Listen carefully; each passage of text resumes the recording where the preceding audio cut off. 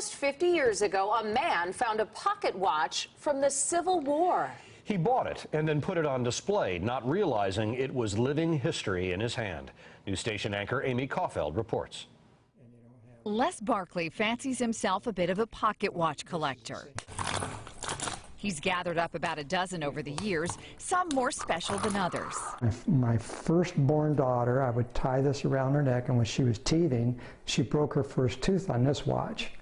My youngest daughter broke her first tooth on this watch. But the timepiece that perhaps started his slight obsession was out of the ordinary, to say the least.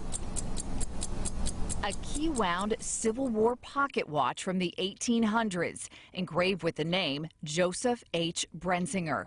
3 years ago, he took it down to the Orange County Convention Center to learn more about it. When I had it appraised at the Antique Roadshow, I don't even remember what they told me. It was probably, I don't know, a couple $1,000s. I don't really remember. What the value is to me is that I just like the idea that it's just kind of a little slice of history. Les bought the watch long before Google, so he didn't really know anything about the Civil War soldier it once belonged to. A few years ago, he typed in the name Joseph H. Brenzinger, and this photo popped up.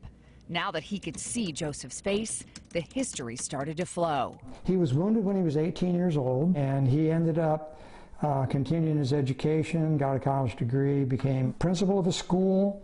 Then he became superintendent of schools in New Jersey. But here's where the story takes a turn. As Les continued his search, he stumbled upon another website called findagrave.com. I saw his grandson, great-grandson, on this site inquiring about information on his great-grandfather. So Les reached out to the site and asked if they could put the two in touch. The family, it turns out, had never left New Jersey. And they never even knew that there was a watch.